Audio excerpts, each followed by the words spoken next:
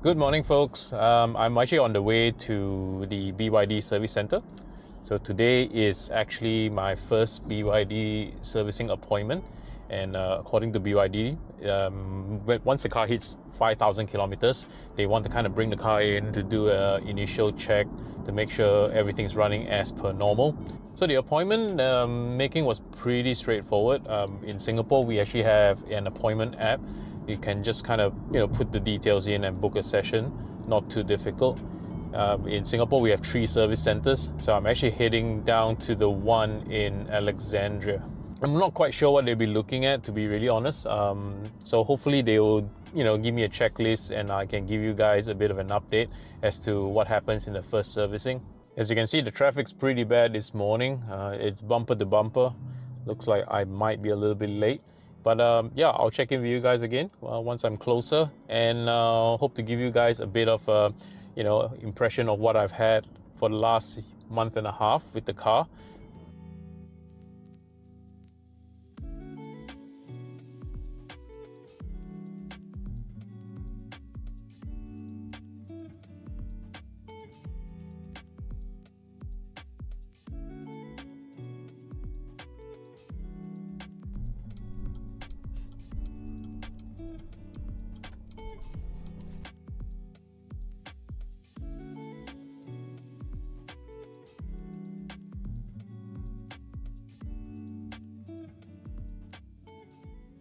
So I just got the car back from the service center.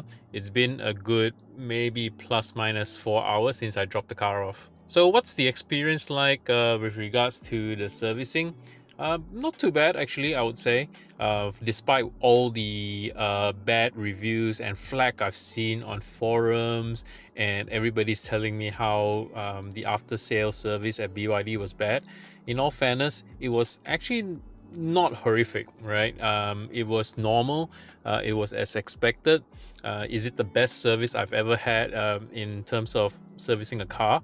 No, it wasn't, but neither was it the worst. Nothing too fancy or different, the experience, I would say. So as promised, I actually got the list of stuff that they actually checked. I did actually ask the service assistant or the advisor what exactly was checked. He was telling me, oh, you know what, we checked the brakes, we checked the battery, and we also updated the software, which got me a little bit intrigued. And I asked him, so what exactly did you guys update? Oh yeah, just the software. It felt like very much a canned answer, and I kind of guessed as much. So as I got in the car, I went to check the version of the software. And as expected, the software wasn't updated. Maybe they've updated some drivers or add other stuff within the system that I'm not aware of. But net of it is that from what I can see visually, I don't actually think anything was updated. But I'll give them the benefit of the doubt.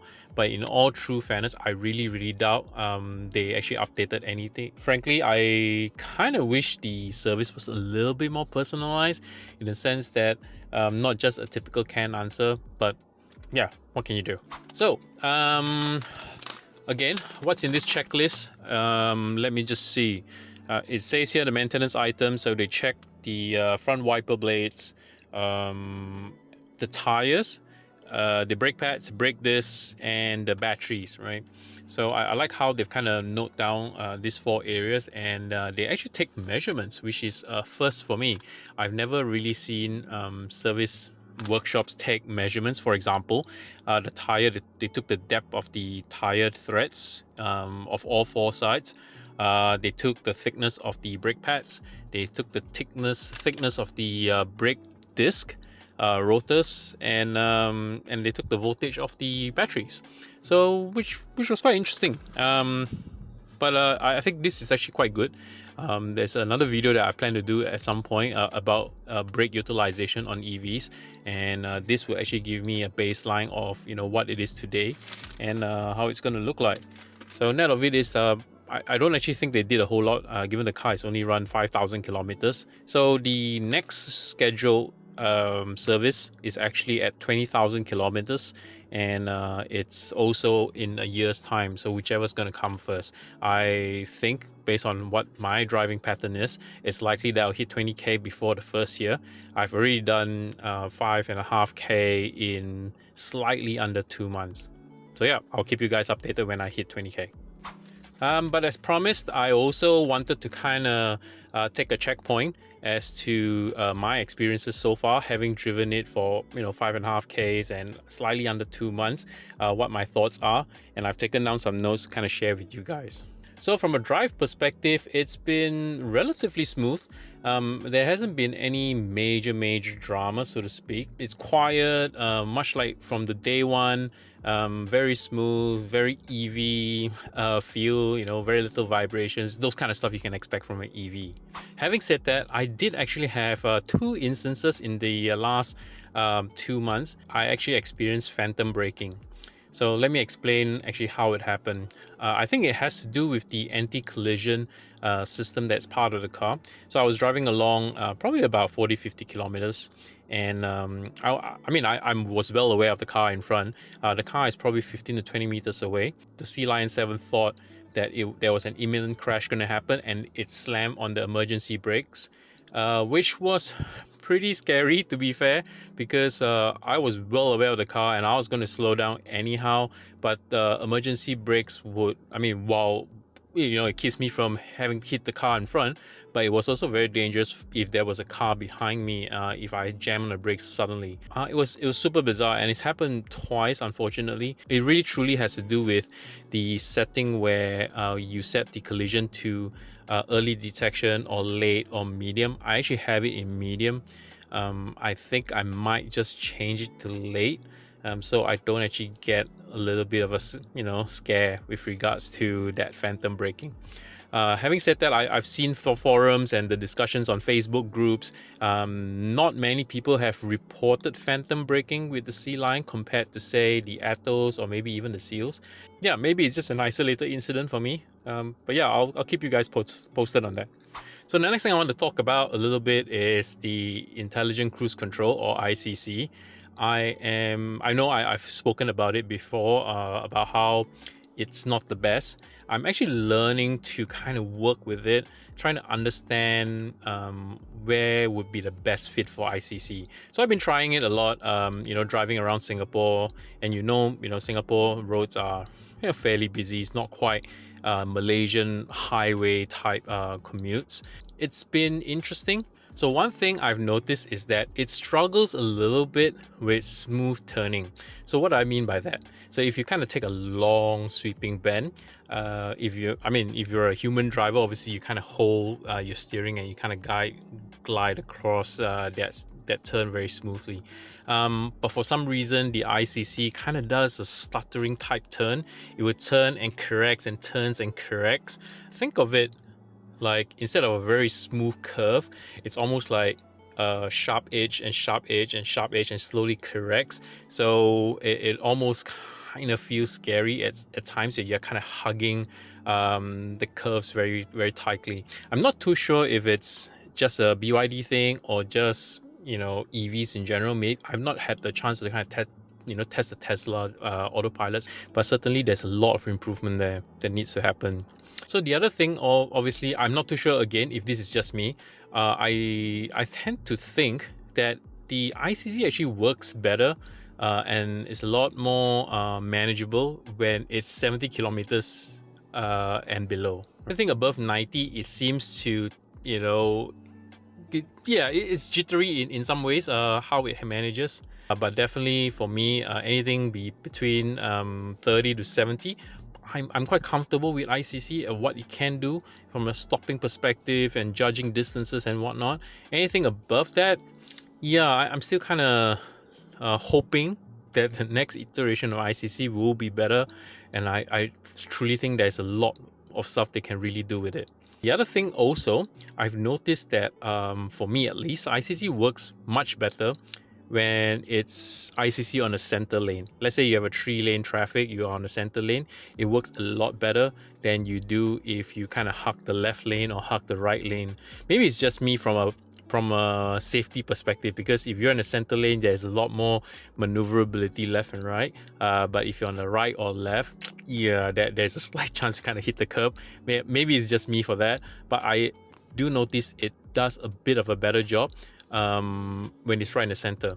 I think it's also part to do with, if you kind of hug the left or right lane, you have a solid line on the left or solid line on the right. It kind of messes with the ICC a little bit. So yeah. So as part of ICC as well, there is also the ability to set car distance, like 1 car distance to 4 car distances. I'm not too sure what their definition of car distance is, to be fair, because when I set 1 car distance and I'm traveling like say 60-70 kilometers an hour, then 1 car distance feel a lot more like 3 car distances. And yeah, just multiply that accordingly.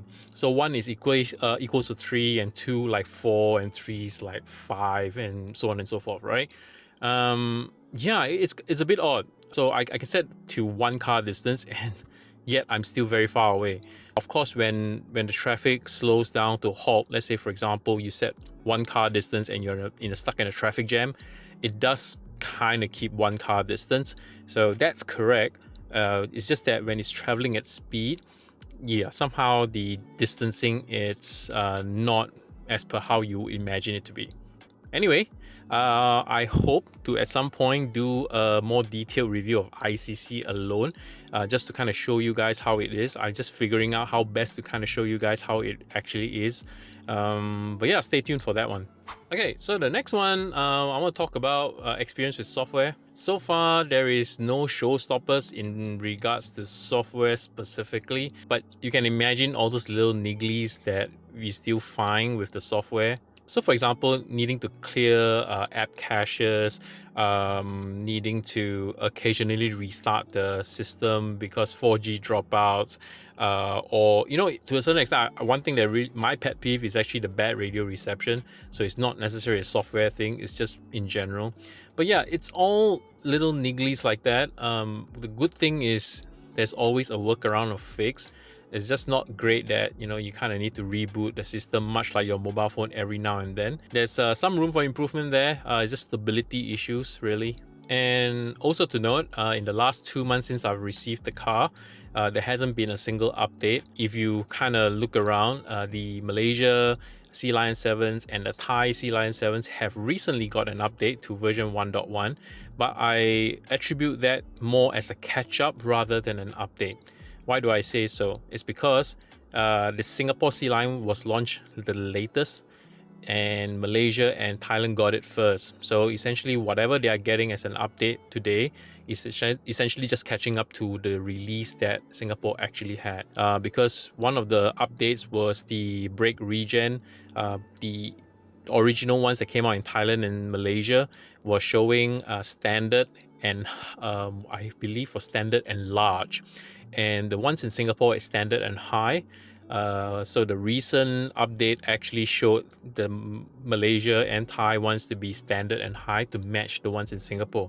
So I really think it's really just a catching up of feature to where Singapore is, because we got the latest and greatest because the car started shipping in January. So yeah, so that's software in general. I'm still experimenting with the software. I've got some interesting things to share, so stay tuned for that. I'm working on a video of loading another few apps on it that might be interesting for some of you guys. A little bit more technical, but yeah, might be interesting. So the next thing I want to talk about is charging. No dramas with charging. Of course, I've done most of my charging at home with AC. I have about I maxed out the AC. I have an 11 kilowatt AC charger at home. I've also done DC charging occasionally while I'm out. So yeah, it's pretty much worked as promised. Nothing that really stands out from a charging perspective. Just to kind of wrap it up, I think overall I'm pretty happy with the car. Actually, from a day-to-day and a daily drive, there's really not much to complain about. Hopefully that's given you a little bit more insights, a slightly mid-term review of the car and also the servicing experience. So that's all I have for you guys today. Hopefully that's been informational for those aspiring Sealion 7 buyers. Thanks again for jumping on the channel. Like, subscribe, and I'll hopefully see you guys in the next one.